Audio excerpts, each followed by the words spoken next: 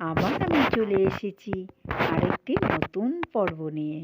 কেমন আছো তোমরা? তোমাদের প্রত্যেককে আমার চ্যানেলে স্বাগত।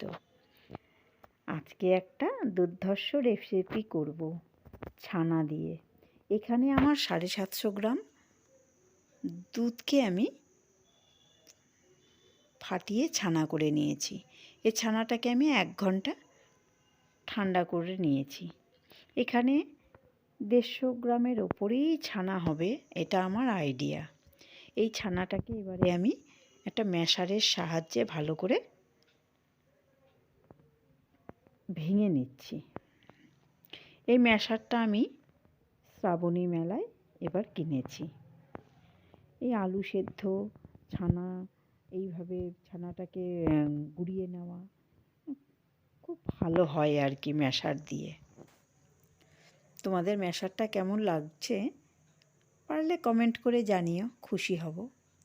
আমার ছানাটা গুঁড়িয়ে নেওয়া হয়ে গেছে। এরপরে আমি এর মধ্যে দিচ্ছি ছোট চামচের 2 চামচ ময়দা। বেশি ময়দা দিলে কিন্তু বলগুলো শক্ত হয়ে যাবে, খেতেও ভালো লাগবে না। তারপরে দিচ্ছি লবণ, 1/2 চামচেরও অনেক কম। দিচ্ছি হলুদ। এবারে আমি এই ছানাটাকে খুব ভালো করে হাতের সাহায্যে মসৃণভাবে কিন্তু আমি এটাকে মেখে নেব।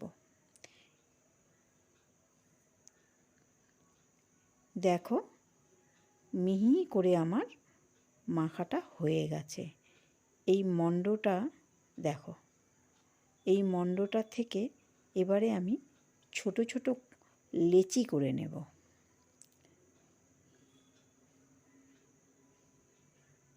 খুব ভালো হয়েছে মাখাটা। যতটা মাখাটা ভালো হবে ছানার বলগুলো কিন্তু ঠিক ততটাই ভালো হবে। এই লেচিগুলো আমি এই দেখো এইভাবে আমি লেচিগুলো করে নিচ্ছি। তারপরে আমি এই লেচিগুলোকে 2 হাতের চাটুতে এইভাবে নিয়ে বেশ অনেকক্ষণ ধরে কিন্তু একটা গোলাকার আকৃতি দেব। এই যে এই দেখো এই রকম করে সময় ধরে কিন্তু এই গোল করে নিতে হবে, তাহলে ভাজার সময় কিন্তু ফেটে যাবে না, ভেঙে যাবে না। এখানে একটা ফুলকপি নিয়েছি। এই ফুলকপিটা 4-5 দিন আগে কেনা হয়েছিল, ফ্রিজে ছিল তো একটু কালো কালো হয়ে গেছে। বোঝোই তো তোমরা এখনকার দিনের ফুলকপি শীতের ফুলকপির মতো কখনোই নয়। কেমন যেন একটা ফাটা ফাটা লাগে, মনে হয় যেন ভেঙে গেছে, কিন্তু না, একটা ফাটা ফাটা কেমন যেন হয়। যাই হোক, আজকের রেসিপিতে আমার চলে যাবে। জল বসিয়ে দিয়েছি, 1 চামচ লবণ দিয়ে দিলাম, জল গরম হচ্ছে, তাতে দিয়ে দিলাম ফুলকপি, কিছুটা ভাপিয়ে নেব। এবারে নারকেল কোড়া এখানে রয়েছে, এটাকে আমি শিলপাটায় খুব ভালো করে মিহি করে বেটে নেব। একটু জল দিয়ে দিচ্ছি, তারপরে আমি এটাকে মিহি করে বেটে নিচ্ছি। এই রেসিপিটা না বানিয়ে খেলে তোমরা মিস করবে, অসম্ভব সুন্দর হয়। বাটাটা আমার হয়ে গেছে। এবারে আমি এই প্লেটের মধ্যে বাটাটাকে তুলে নিলাম। তারপরে এখানে হয়ে গেছে, এই দেখো এখানে রয়েছে আমার এই ছোট চামচের 2.5 চামচ তিল। এই তিলটাকেও আমি এই রেসিপিতে ব্যবহার করব। তিলটাকে এবারে একইভাবে ভালো করে বেটে নেব। অল্প একটু জল দিয়ে তিলটাকেও আমি বেটে নেব। বেটে দিচ্ছি।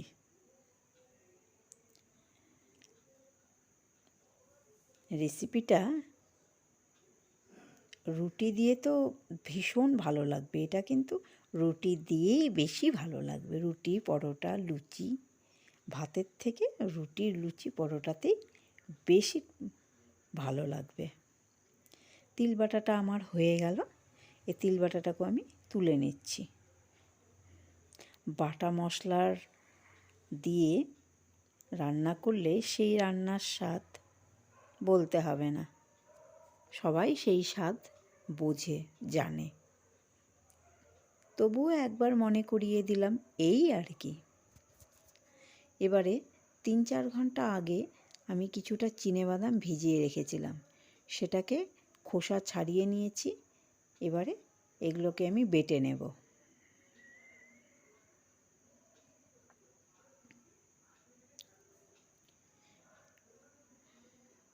বেটে নিচ্ছি আমি এটাকে, ভালো করে আমি এটাকে বেটে নেব, মিহি করে কিন্তু বেটে নেব।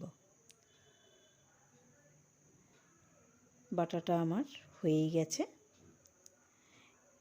এই রেসিপিতে আমি বেশি ঝাল কিন্তু দেব না, 2 লঙ্কা যথেষ্ট।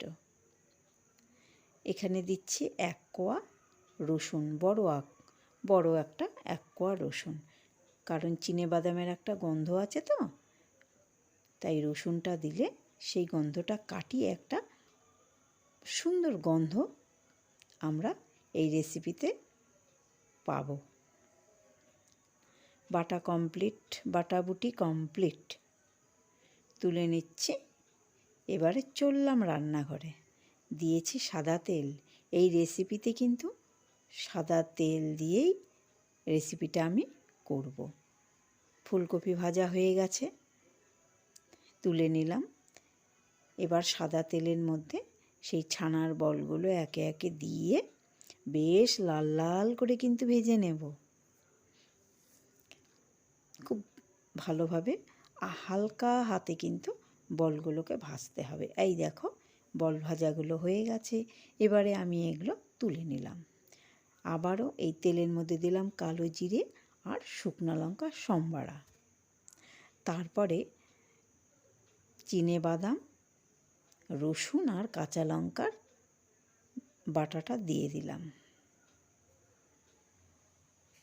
তারপরে এর মধ্যে দিচ্ছি বেটে রাখা তিল বাটা।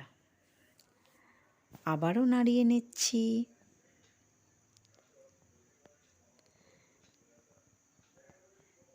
তারপরে আমি এর মধ্যে দিচ্ছি নারকোল বাটা। তোমরা বাড়িতে বানিয়ে খাবে, অবশ্যই তোমাদের ভালো লাগবে, আমি জোর দিয়েই বলতে পারি।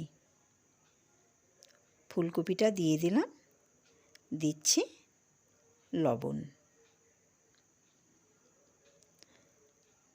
একটু জল দিয়ে আমি কষিয়ে নেব।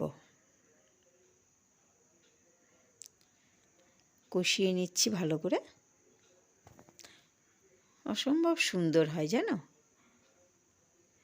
তারপরে একটু বেশি করে জল দিয়ে দিলাম। এটা এবার ফোটার পালা। আর দিতে হবে না জল। এই যে 2 কাঁচা লঙ্কা দিয়েছি, মাথা কিন্তু ফাটিয়ে দিয়েছি। এই দেখো, মাথাটা ফাটিয়ে দিয়েছি যাতে ঝোল ঢোকে বোটা সহকারে। বন্ধুরা, এখানে কিন্তু আমি চিনিটা দিয়েছি, ক্যামেরাবন্দি করা হয়নি, তোমরা একটু মার্জনা করে দেখে নিও। তারপরে ছানার বলগুলো দিয়ে দিলাম। খুব আলতোভাবে নাড়তে হবে।